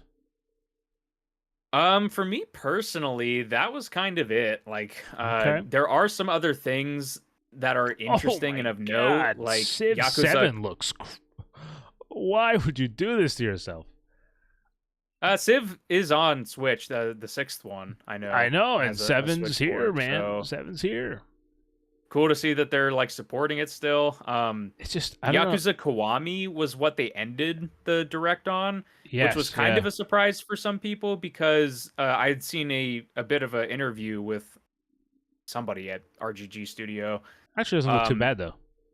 talking about how they weren't sure if there would be like an audience on Switch for their type of game. Yeah, So clearly they've maybe had a change of heart on that, and they're right. bringing over Kiwami first here. So this was like, it's kind of an interesting final How long thing do for you like think a they'll Switch keep? Direct. Well, I was gonna say, how long do you think they'll keep supporting the Switch once the successor comes out next year? Because obviously, I mean, look, ideally you'd want it to be supported for years, years on, because there's like 100 million units out there in the wild. But at the same time, at what point, like obviously for indies, it's going to be fine, but there's a lot of games where it's going to be a clear bottleneck where if Xbox Series S games are kind of giving developers trouble, then I have to imagine the Switch One is going to be a little bit further behind. Well, for me personally, I'm honestly kind of surprised that like PS4 and Xbox One versions of games still come out. I thought It's like just it's just those a numbers year or out two there. ago we would have moved on, but yeah, like you said, there's still the install base, and I guess there's still I think it's something about enough people buying and playing those versions. I think it was part of the fact that you had the COVID and the shortage kind of muddied the because usually it's like a distinct launch window where you're like, all right, everything is kind of moving on from here. Like this is the new generation, and then expect things to fall off fast. And I think with people not being able to get their hands on a PS5 or an Xbox Series X for a while and that kind of whole thing, I think we're at a point where most stuff we'll see still comes out for PS4, Xbox One. I am seeing it now a little bit better, where it's not better, but a little bit more of games not being only next or current gen. But Yeah, I mean, Nintendo, even after the Switch was out, if I recall correctly, was still supporting 3DS at least for like another year, year and a half. So I would expect at least a year of Switch stuff still coming out, but Yeah. who knows? We need to see the thing first, whatever the new thing is. Yeah, no, I'm always excited for new hardware. Just like it's always exciting to see what a developer, and especially because like Nintendo's so weird. Like I mean, like, look, the logical part of me, if you were to ask me what the Switch Pro, Switch 2, whatever would be, I could give you a list of like this. Like, it would be like this. I could give you a general idea of what it would be like. But and that's very much so could be the one that ends up being used. But there's always a chance with Nintendo that it'll be like total. We're doing something new. Like it's GameCube too. I mean, something totally weird, and that's what I'm excited about. Nintendo iPad. Yeah. No. Exactly. Yeah. I mean, I wouldn't be surprised. But I also think that if there's one console that I think gets a little boring, it's the Xbox. I think the PS5, whatever you say, it's almost like designed to be like a centerpiece, not a centerpiece, but like it's like designed to like be like, what the fuck is that? Like, even the slim version is like so big that you're like, what's going on there? I'm not even joking. There are so many times where like people walk into my room and like, what's and who aren't gamers, they'll be like, what's that? And I was like, oh, it's a PlayStation 5. They're like, what? That's not what the PS4 looked like. I thought it was your air conditioner. Yeah, that's your Wi-Fi router. Anyway, but the Xbox looks so like, it's a black box. Or a white box. Maybe I'm on an island with that. I like the way that the Series X looks. I like how simplistic it is. And, the Xbox One, the first model, like obviously was made fun of for it looking like an old VCR player. Yeah. And like, I get it. And like the Xbox Ones, like they're okay, but like there's something more satisfying about the obelisk shape. I like the I always have it on the side because it's tucked away, not tucked away, but it's like on display, but it can only be sideways for me. But I like the design of the Series S actually a lot more. I think the S looks a lot cooler, like it, because it's like almost looks like a speaker. But again, it's one of those things you could, maybe it's the fact that it's like the coloring is white. It's like a matte white that kind of adds to it. But yeah, I like the I think those are like better to like on the shelf. But I like how dense the Series X feels. X is like a dense it feels console. like they have packed everything into that box that they could. Yeah. Whereas the PS5, it definitely is like, the fins, right? Yeah. It's like, is this adding anything to the experience the flare, outside of aesthetics? It's the flare. Yeah. I mean, the Switch, obviously, I think we all feel the same way. I loved it initially, and I still like it. It's just that I think that maybe like the Steam Deck and other stuff have maybe spoiled me nowadays. That's turned into an interesting. You can't play Mario on a Steam Deck now, can you? I absolutely can, Nick. I absolutely can. I turned into an interesting conversation I wasn't expecting about console looks. Oh, look at that. I told you this was going to be a disparate conversations stitched together under one general umbrella. We'll put a pin in it for a future episode. We can expand on that, definitely. All right, next. What do you got? These are just some quick ones. Keanu Reeves has been confirmed as the voice of Shadow the Hedgehog in the Sonic 3 movie. Wake up, Sonic. That got a trailer recently. And it looks like more Sonic movie stuff. So it'll probably be good. It's funny to me that like Jim Carrey is like, I don't care about movies. I don't care about Hollywood. I'm done with this shit. But Sonic, I'm in. He just shows up, dude. I mean, I'm happy to see him on the screen, but it's just like this is just what he's like, I've committed my life to this, Some men will get old and be like, I'm going to commit my life to God. and Sonic, and then Jim Carrey's like, I'm gonna commit my life to Sonic. I'm glad that those movies kind of found a voice Hell that yeah, they yeah. do. Like, so many people were rightfully kind of put off when that first trailer came out about like how Sonic looked and everything. But I think definitely with the second movie, and now as is evident with And the the trailer for show. the third movie and the show, like they've definitely found like a distinct voice for it. And Yeah, I think that they're pretty entertaining, and I'm they not a are. Sonic fan, so Me neither. I thought there was a point in my life where I was like, I could be a Sonic fan, but then I was like, no, I like too many other things that like I can't like too like what I mean, like dare I say this? I I will say that like part of playing a game like Dragon Age is like how much am I gonna retain of this information? There's so much being spat at me, and also and it's the same thing with any kind of game to me at this point, because it's like there's so many things I can remember that like after a certain point, like unless it's like a really good game where I'm like, oh, I remember the names of the characters and all that stuff, it's not gonna be there. You know what I mean? It's not gonna live on. I Red Dead 2 is that for me because there's just like individual lines that like I will replay in my head. So Nick, speaking of Red Dead 2, I want to make this point to you, and I want to say this on camera, okay? Because we had a deal, and I fucking let you down, Nick. I have not finished Red Dead 2. So this is gonna sound backwards maybe to some people, but I am going to write a western, a short story, and I am committing myself because I don't absorb westerns. Like I never connected with westerns, so I didn't really give them the time. I think I've told you that before though. So I'm going to start over, and I'm gonna play and finish Red Dead 2 after Dragon Age Origins, unless the community fucking picks Baldur's Gate 3 or something, dude. Unless that happens, God forbid. I will. I'm gonna get back into Red Dead. I'm gonna fully immerse myself into this game. So expect no other reviews from me for a period of time while I play this game. Music to my ears. I love that for you.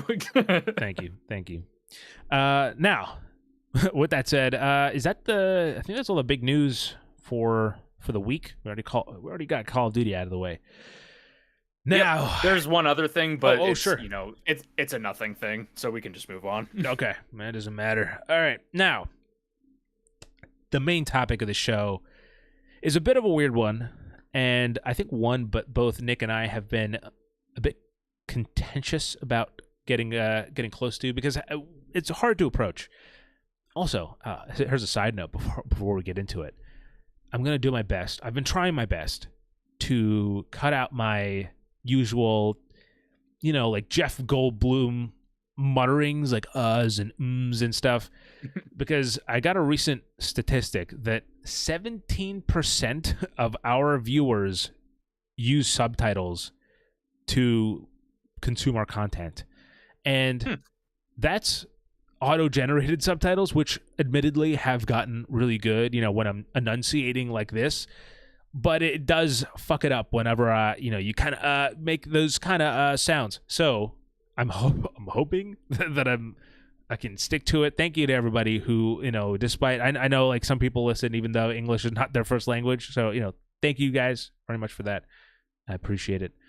But with that said, now let's get into this topic about Concord. I don't know how to say it.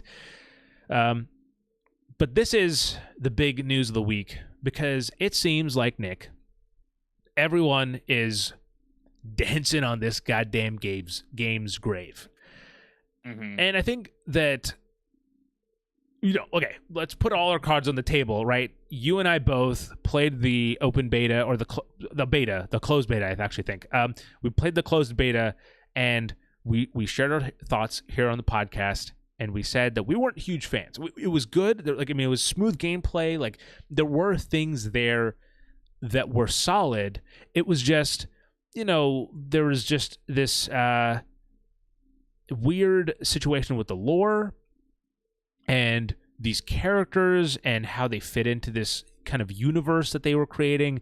But that being said, again, the production value was really impressive. I especially thought the idea that every week they were going to have a new story addition to the game, I thought that was like a crazy commitment, and one that I'm hoping that they see through, despite this kind of very rough launch. But yeah, I think it's I don't think it's, I'm pretty sure it's, what I'm trying to say is I'm pretty sure it's confirmed at this point that this is probably PlayStation's biggest stumble. Yes. For a launch of the game. Yes, yeah, you could say that too. Yeah, for sure. I mean, there's no other put it nicely. PlayStation game IP that has come out recently, at least recently, I'll say, that really look, PlayStation's been very lucky. I think this is where, it's not always a matter of luck, but Xbox definitely got some very the short sticks often in a lot of the exchanges over the last few years. And PlayStation's got lucky with, not just the good games that people expect to be good, like Marvel Spider-Man 2, you expect that to be up to a certain standard. Ragnarok, you expect that to be at a certain standard and sell a certain number of copies that it does go on to sell. But then there's also surprises like Helldivers 2 that come out of nowhere and you're like, what the hell, everyone's talking about this game. Yeah. But Concord, is the one that came out. It had crazy low. I mean, it's hard to fully gauge the PlayStation sales unless they put them out themselves, or you wait till the end of the month when the kind of the sales numbers for the physical sales and stuff comes out, or the digital store stuff comes out. But that being said, if you look at the Steam stuff, where yes, admittedly, PlayStation's core fan base shouldn't be the success of a PlayStation game shouldn't be measured on the PC performance, right? To a degree. That being said, this game had less players on opening day than Gollum did when it came, or the peak number that Gollum had. So it had less than 1,000 players playing on Steam, which is 700, 600, I think 600 something. I think was the number. Yeah. Which is a really low number. I mean, especially for a launch day where that's supposed to, historically, that's your highest peak is on launch day or the launch weekend. Following. Yeah, that's the expected way to go.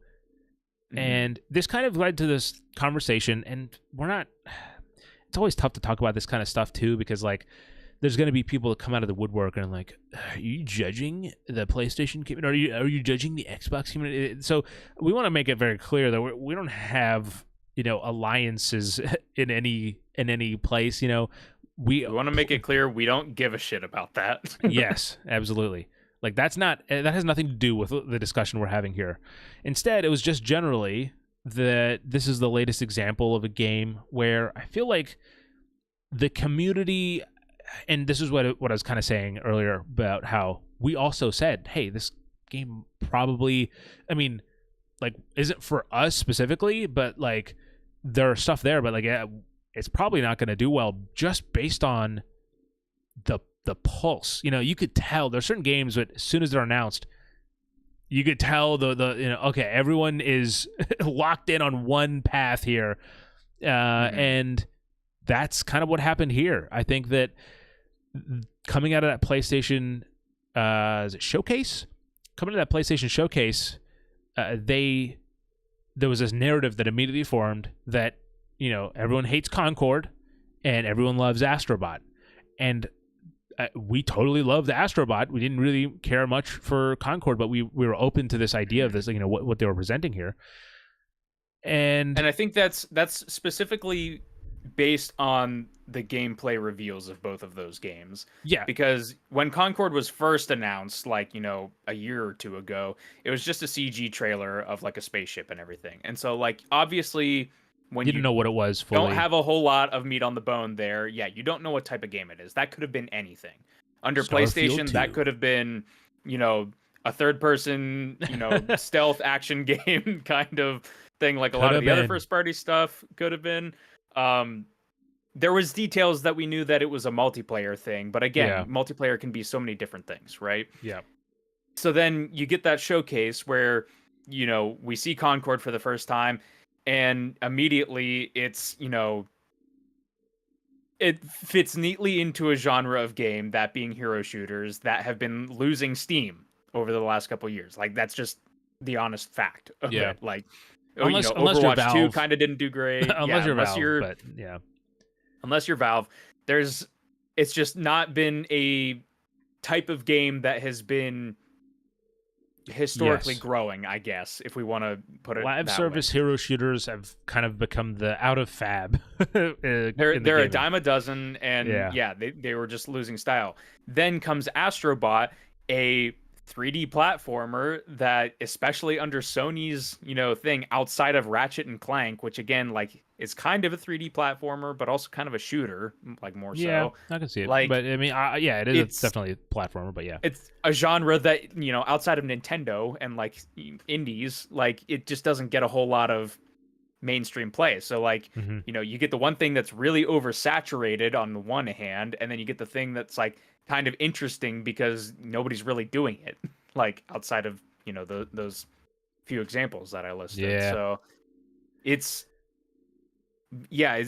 I think it didn't paint itself great because of that. But again, like, as we've talked about, like, that's no fault to the artistry of the game or anything. Like, the production value, like you said, it's up there with all those other Sony first party stuff. Like, it is a discounted game, kind of like Helldivers, but you wouldn't think $40 just looking at it.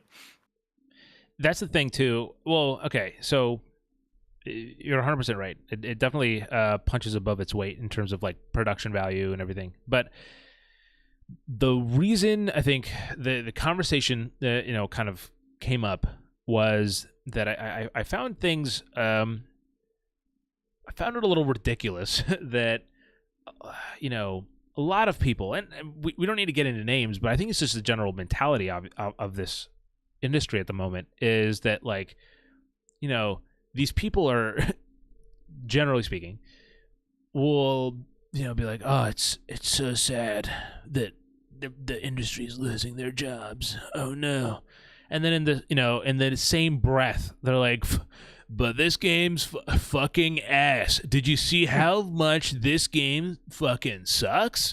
I mean, it's such a crazy dead game. Yeah, it's such a crazy whiplash, and there's definitely, it works like this weird, dare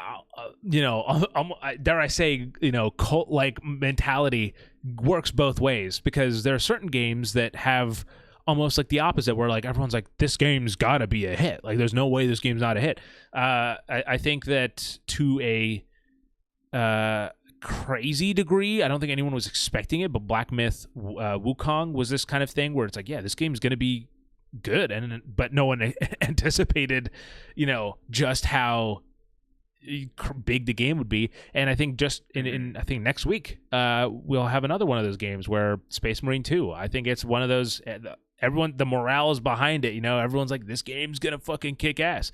It probably will do well.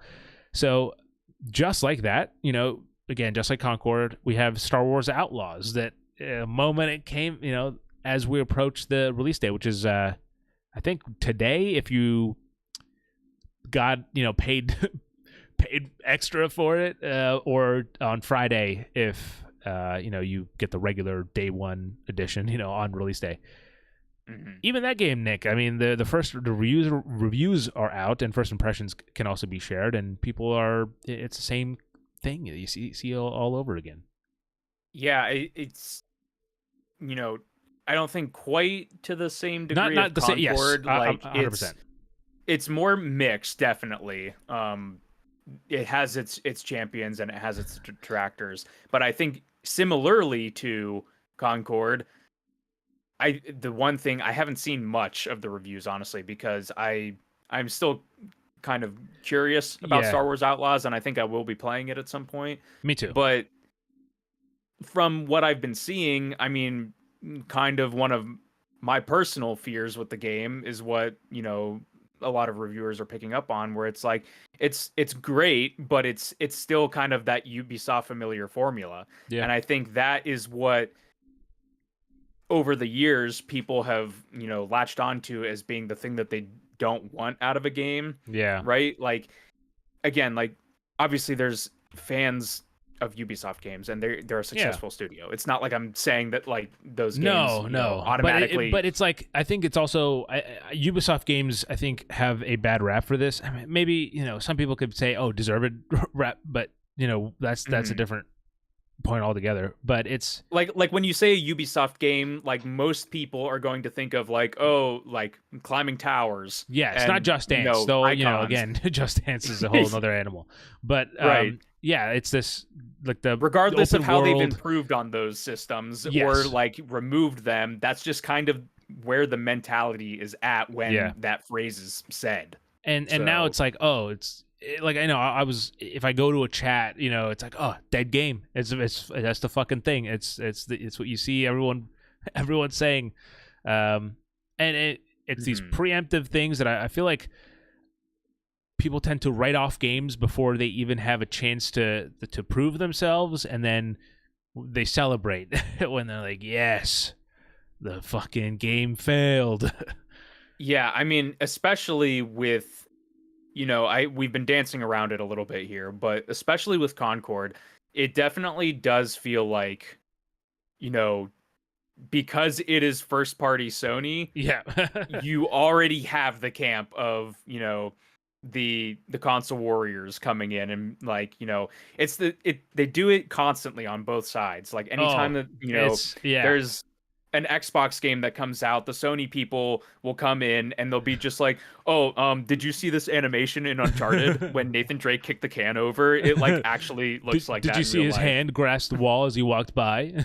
Exactly. And so now you get the people on the Xbox side being like, oh yeah, Concord, huh? Like, guys are and that's the thing too. And I do my best to stay out of Twitter stuff, but like occasionally I'll be like, all right, it's too easy for me to not pop in and say something. But there was like, there was a person I saw that was like, PlayStation's is just getting desperate at this point, and it was just a bunch of screenshots of like Call of Duty, like like Naughty Dog and all them like congratulating. Is it Firewalk? Fire Sprite. Both of those. Those are the exact two ones I was between. I don't know which one it is. Let me see. But they were congratulating them on the release of Firewalk. Okay, you were right. So they were congratulating Firewalk on the release of the new game, and people were like, "Yeah, it's getting desperate." And I was like, "What are you talking? Like, that's literally how they celebrate every release. Like every first-party title, all the other studios or most of the other studios, often make artwork that's like in their style. That's like saying, "Hey, congratulations on the launch." That's normal. So like turning a wholesome thing into like a fucking, console warrior rage bait is yeah. Yeah, and I think that's ultimately, like, I think that is part of it that we also have to talk about, which is like the scale of this. Like, is like obviously on Steam, Concord factually based on the information that we can see, does not have a lot of people playing it, right? So there is a large amount of people out there that, without writing anything or saying anything to an internet, audience that's willing to hear, they're not latching onto this game, right? Yeah. But like for us, for instance, because we are, or I won't speak for you, Sri, but I am partially chronically online, I'll say. Well, I think we have a podcast. I think we kind of have to be, but it's the echo chamber, right? It is social media. It's what we see because it's what we engage with all the time. Yeah. Is going to be opinions and thoughts on new released video games. Yeah, and so it's like there's definitely an audience that, as I think you're alluding to, is like, there's got to be a PlayStation fan base that's not tweeting about it, that's not that doesn't have an audience online, isn't writing about it, that's like, oh Mhm. yeah, I'm having a great time with this game. So they're Mhm. there. There's people enjoying the game. It's just that it's not a good first glance. At least, and if the PC is any indication, I would absolutely love if they come out next month and they're like, it sold 1 million copies on PlayStation and Mhm.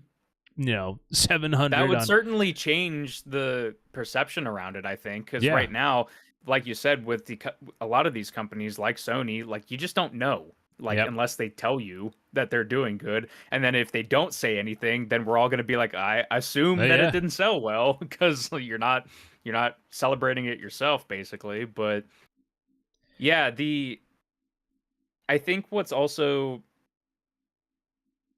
weird about it, right, is I th- the money and the business side of it seeps in too, because I also was seeing articles going around this week about how somebody on the development team for Concord had Uh-huh. suggested that the game was in development for like 8 years, Sure. basically. Yeah. And so I think part of it then comes back around to these people again, whether they're using it as ammunition for stupid internet fights or there's Yeah. something a little bit more behind it, is like, okay, so clearly we have comments from people like who's the Herman Holst, like the head of Sony Interactive on like the gaming division side. Yeah. We have like comments from them playing early versions of Concord, and obviously they funded it all the way to launch, so there was Yeah. something that they saw in the game that progressed past many other games that got the axe, right? Right. Right. And so whenever people see like I mean, a clearly game this like game as a Concord. live service first party PlayStation game outlived the Naughty Dog live service Exactly. game.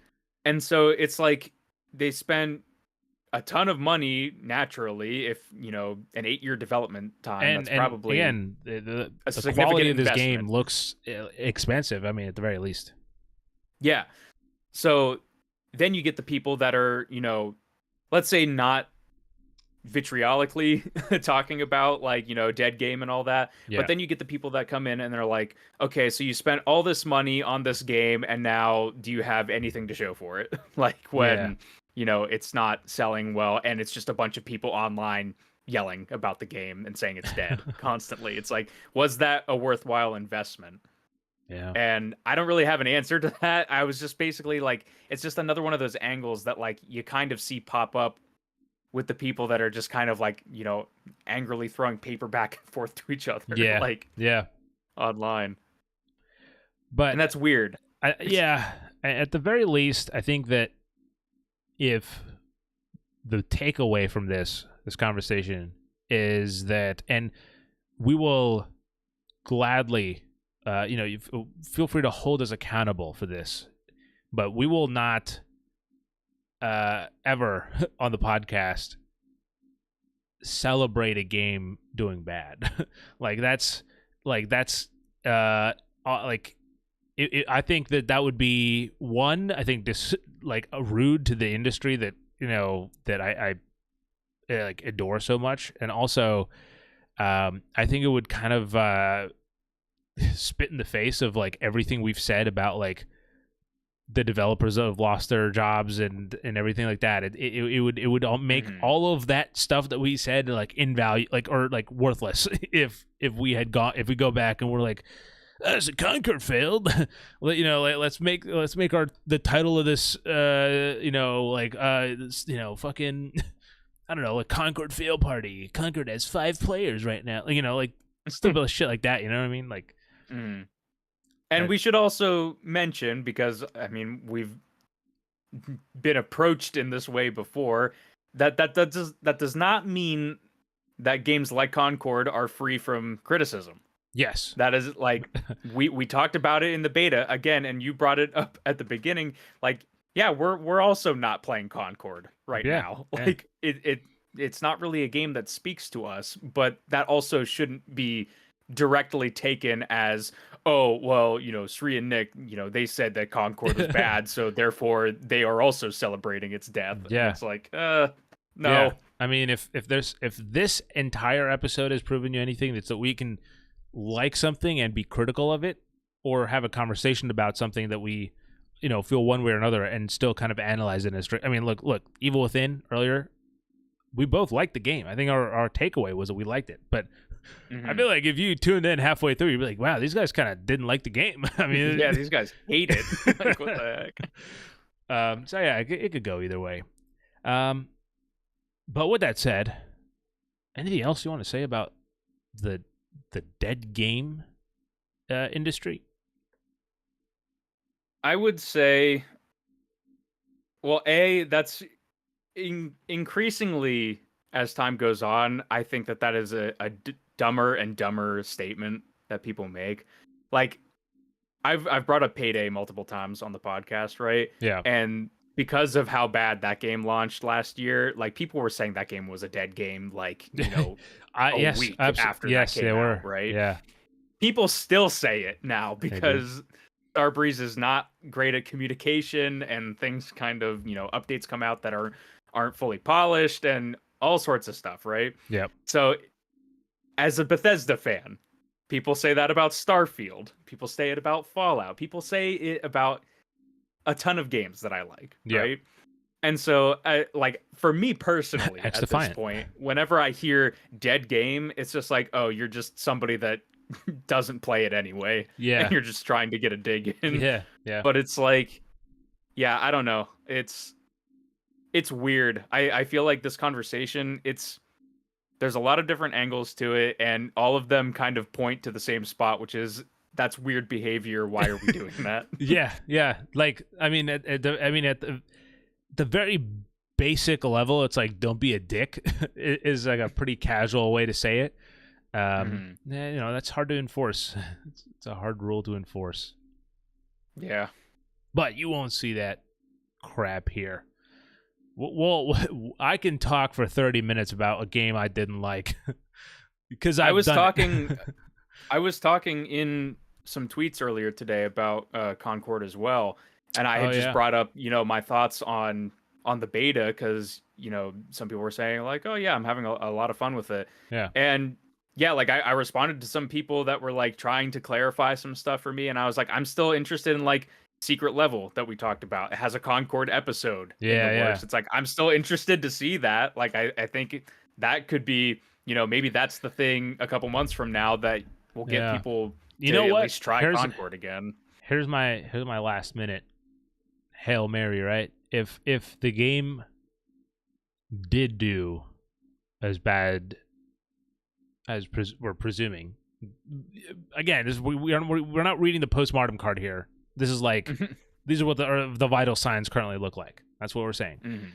If that is the case, I think that the way I could see this game somewhat get a second life is Secret Levels comes out. That episode's, again, all hoping it's good. That month, Concord is a PS Plus release. That is the double whammy that I think could kind of give it another second release almost.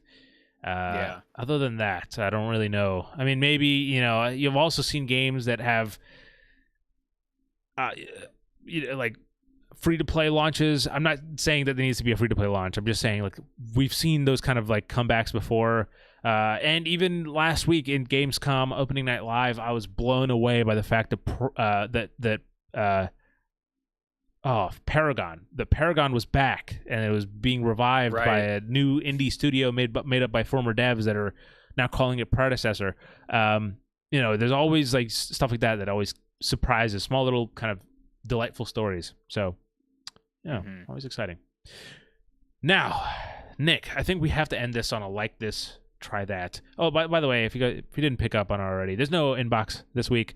I kind of threw it in during the Nintendo talk, so. Nothing else kind of crazy. Obviously, we just came out of Gamescom, so we covered everything there. Nick, do you have any like this, try that? I don't have one off the top of my head. Me neither, honestly. Me neither. I was, I think we have to come up with one on the spot. So Yeah, that sounds how like about fun. this? Let's do like a if you like what was it? How about Evil Within? If you like the Evil Within, what try what? Let's do that. Uh, Now, give us a second. We're doing this live, okay? We're doing it yeah, live. we didn't have our sticky notes on hand. Um, I would say if you like the Evil Within, Yes. um, ooh, I see. I want to. I'm coming at it from a different angle, where because Okay. I'm still just hung up on that ending, Oh. and so I'm trying to think of like over the top games, kind of like that. Okay, okay. I would say if you like the Evil Within, try out. Hmm. I think of a good one here. Here, let's see. I'll say I'll throw out two games because I think one might be because so like the goal I for the most part I think more so like now that I've uh you know like now that we've done the show for a while I think I've kind of grown into I don't want to do like this try that where it's like a super obvious game like if it's a movie I'll suggest like the movie that's out this week or whatever. But like, I don't want to do a game and be like, if you like The Evil Within, try Resident Evil. Like, no shit, dude. Right. Yeah. So I'm not gonna do that. But so I have two suggestions because one is slightly more popular, and then the other is, I think hopefully maybe a little bit less known or someone might find it new. So if you like The Evil Within, the first suggestion is to try Amnesia: The Bunker. It's a horror game. Has a lot of. It is very intense and one that I'm hoping in October I can get back and finish because I'm close to the end of that one.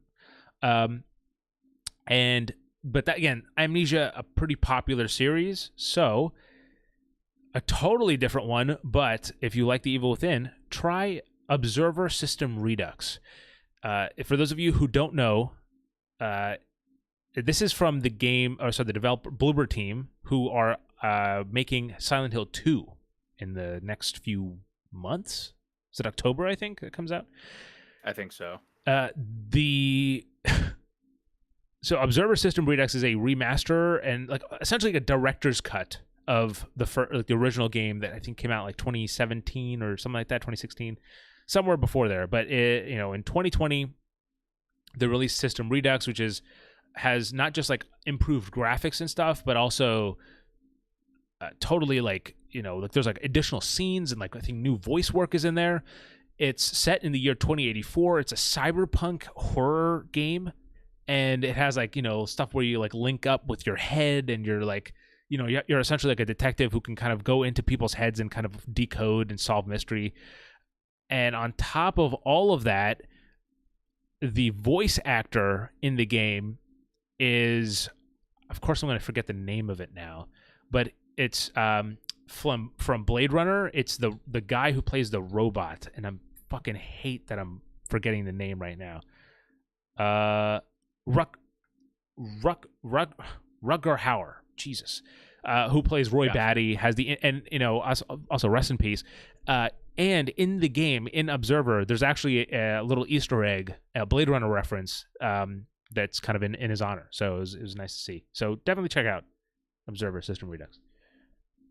This one, I do have one, and it is a deep cut. Okay. So, if you like the ending of The Evil Within, okay, specifically, try Metal Wolf Chaos.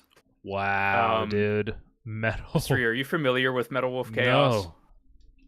Metal Wolf Chaos is it's a From Software game that was originally released only in Japan on the original Xbox. It has since been re-released under Metal Wolf Chaos XD by Devolver Digital. And I'm just going to read a quick paragraph from the Wikipedia, which is the player takes on the role of fictional United States President Michael Wilson piloting a mech to battle the rebelling military led by fictional Vice President Richard Hawke. Wilson's mech can be equipped with up to 8 weapons selected from a set of over 100. Oh my god. This game is incredibly over the top. The performances vocally are insane, to say the least. And it really just kind of plays into an over-the-top American mech. Dude, that's crazy. I mean, it's like, yeah, American roads and stuff, but like with like on a mech. I didn't know. And you play as the president. And you play as the president. Wow, that's honestly, I did not know that Devolver had published a FromSoft game. You know, that's kind of a crazy thought. But no, that's crazy. Yeah, that's a deep cut. I did not see that coming. Maybe for all the American listeners, maybe it's a little poignant as we're in an election year. So maybe play that and see how it makes you think about politics. Yeah. Ponder on Metal Wolf Chaos XD.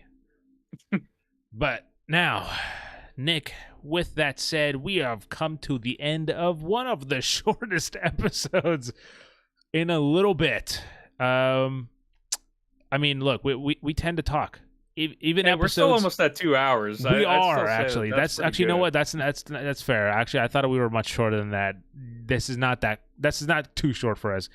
But last episode, or the one before that, one of the recent episodes, we're like, yeah, I doubt we'll make it to, an hour and a half or something. We was like, oh, yeah, we'll see how much we can talk. And we're like, oh, dude, that was 2 hours. That was okay. So, hopefully you guys enjoy. Obviously, thank you to everybody who tunes in, both on YouTube or on, podcast platforms of your choice.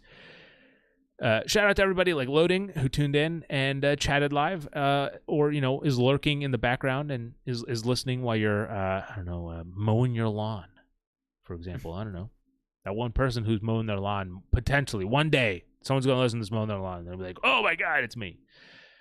But until then, people, until next week specifically, check out watch.respawnstation.com for all our video content. A lot more stuff coming out there. Play Dragon Age Origins to stay up to retrograde. And Nick, do you have anything else to say?